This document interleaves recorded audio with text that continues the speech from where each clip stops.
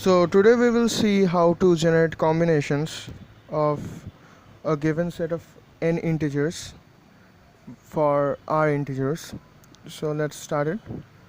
So we will include the necessary libraries, that is bits, stl library, standard template library of C++.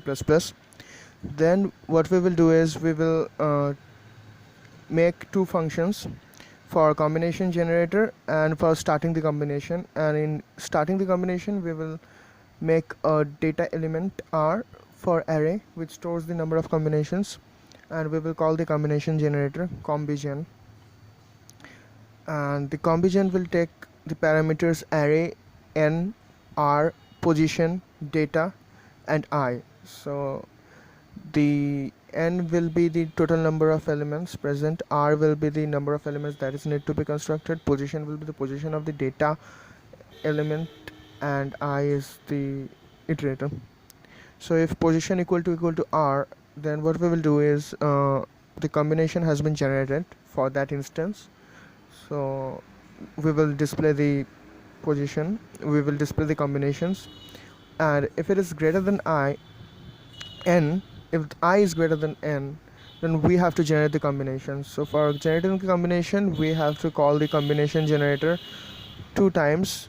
One time by incrementing the position plus 1 and I plus 1, and another time just by increasing the I plus 1. So we will take the n in the men and r, and we will pass these values into the combination generator combigen start combination, and the start combination will then call the combigen. And here what we will do is we are firstly taking the array and initializing it, and now we are compiling it.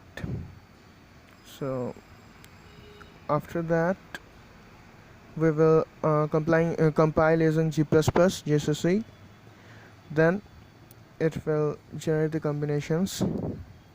So there are some errors. Okay, yeah, so we will have to make the start combination, and now it is compiling.